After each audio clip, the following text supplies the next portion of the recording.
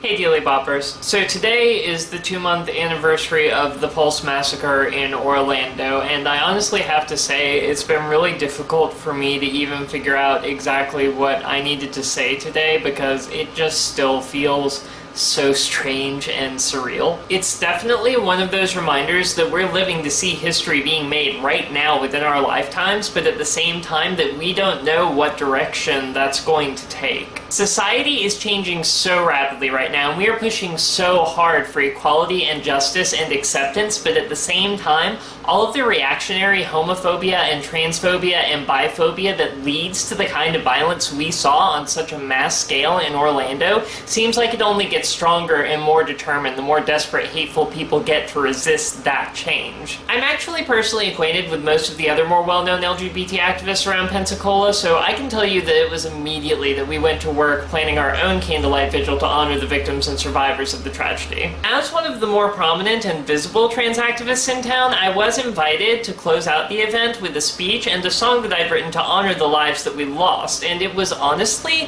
one of the most heart-wrenching experiences of my life, but it was also one of the most beautiful in how it brought so many people together. And I feel like we needed that, but I really hope it wasn't all for nothing. Because as sad as it is, the truth is that for a long time, I feel like we've really been complacent to some extent, and I'm sad to say that sometimes I feel like the biggest fear that the tragedy at Pulse has left me with is that we could witness something like this happen and not be shaken from that complacency. Marriage equality wasn't exactly a final victory for LGBTQIA people. It's something that we could still actually lose, and even then, it was only the first step in what's still going to be a really long battle ahead of us for our true socioeconomic equality and an end to the institutionalized violence and oppression we face. And yet, as much as it pains me to have to say it, our communities haven't exactly had the best track record for unity since then. We can usually all manage to come together for anything involving the struggle of the LGBTQIA community as a whole, but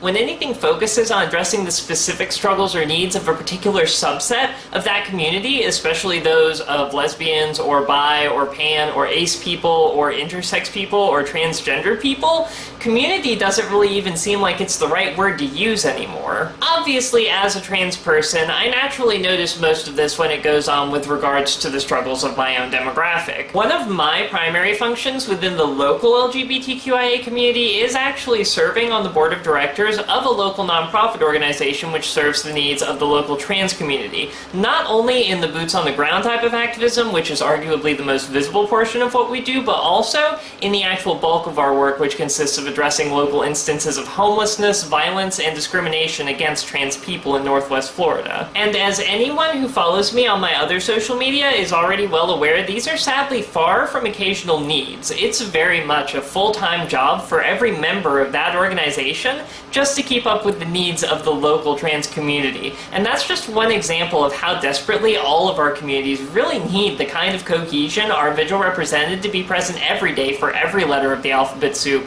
and for all of us to be there for each other whether or not we're directly personally impacted. The shooting at Pulse was a tragedy on an immense scale, and so I'm obviously really glad to see the whole of the community come together for it, but really every year that we live in a world without true equality and justice for all LGBTQIA people is its own tragedy even before something like Pulse happens. Just last year, we lost at least 23 trans people, mostly Black and Latina trans women, who were murdered on US soil in trans-targeted hate crimes, not to mention the many more we lost worldwide. This year, the count is already up to 18, and that's not even accounting for Pulse or other victims that we may never find out were trans because they get misgendered after death, or they maybe even just weren't out yet when they died. It's really, really sad, but to our community, trans deaths have just become so regular and expected that worldwide, we've observed the Transgender Day of Remembrance on November 20th faithfully every year since 1999 to honor those we lose each year to murder or suicide. And I was there last year at our memorial service, and above anything else, it was just so lonely. It wasn't poorly advertised by any means, and it's not like Pensacola is lacking a strong LGBT LGBT community. I mean, we're so well known for our Memorial Day weekend events that we blanket pretty much every inch of the beach every year and overflow the bounds of all of our other Pride events too. And yet, I don't think I could ever stress how surreal and lonely it felt as we held our candles and read through a list of nearly 300 names in a darkened Unitarian Universalist church, along with what must have been less than 20 people. Just as lonely as it feels any time that any portion of the LGBTQIA is left to fend for themselves alone without their siblings against a society which seems so bent on all of our erasure and extermination, and just as lonely as I feel,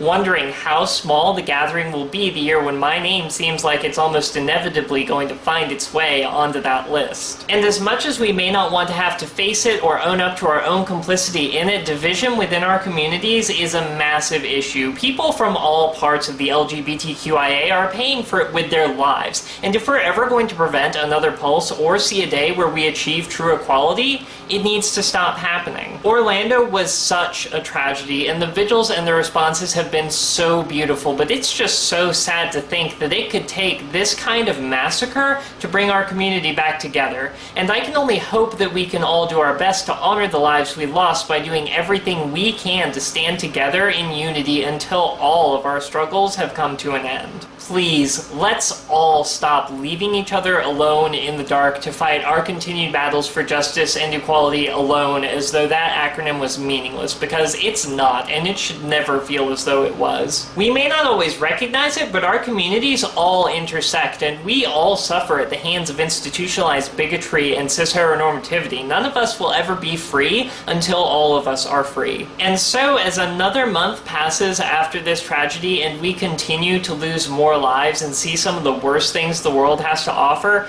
my hope is that we will all make the decision every time to be there for each other until every one of those struggles is actually over. As always, thank you so very much for watching, and until next time, be yourself.